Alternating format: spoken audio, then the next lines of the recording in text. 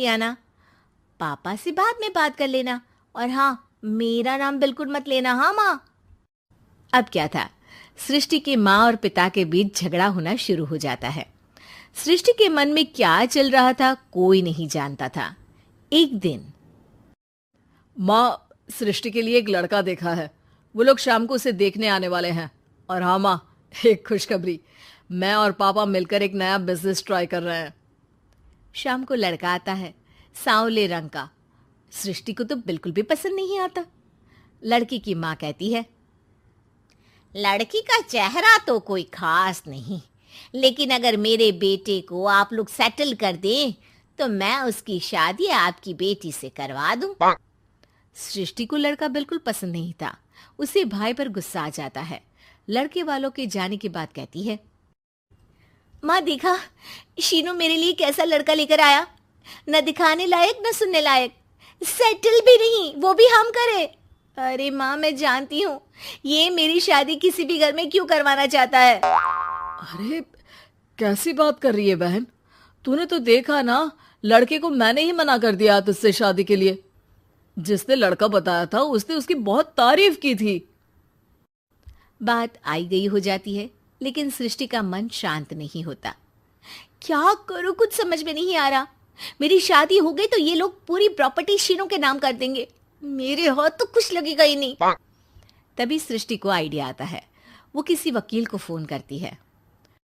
जी देखिए, अगर आपके मम्मी पापा का तलाक हो जाता है तो आपके पिता की आधी प्रॉपर्टी आपकी माँ के नाम हो जाएगी। फिर उसे वो किसी को भी दे सकती है। सृष्टि अब माँ को बेटे के खिलाफ भरती है। माँ, शीनू पर नजर रखा करो, वो जिस लड़की के प्यार में है ना, वो शादीशुदा है। यहाँ आएगी, सारा पैसा, रुपया, जमीन, जायदाद सब हड़प लेगी। पापा का भी हाल तुमसे छुपा नहीं है। ऐसा ना हो कि मैं और आप एक दिन सड़क पर भीख मांगे।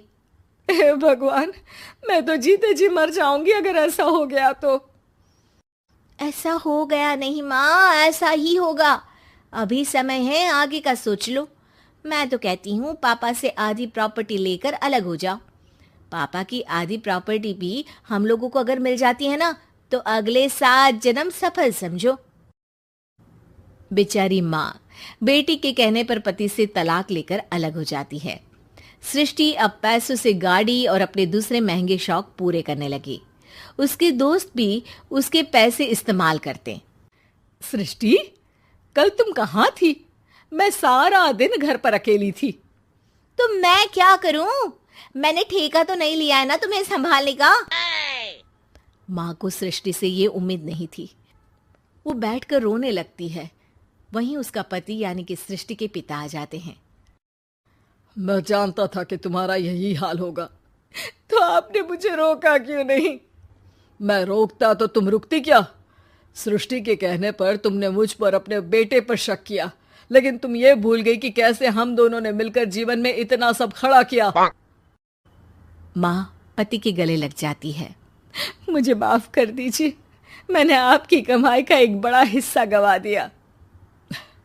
कोई बात नहीं, तुम साथ हो तो मैं ऐसी 7 प्रॉपर्टी खड़ी कर दूंगा।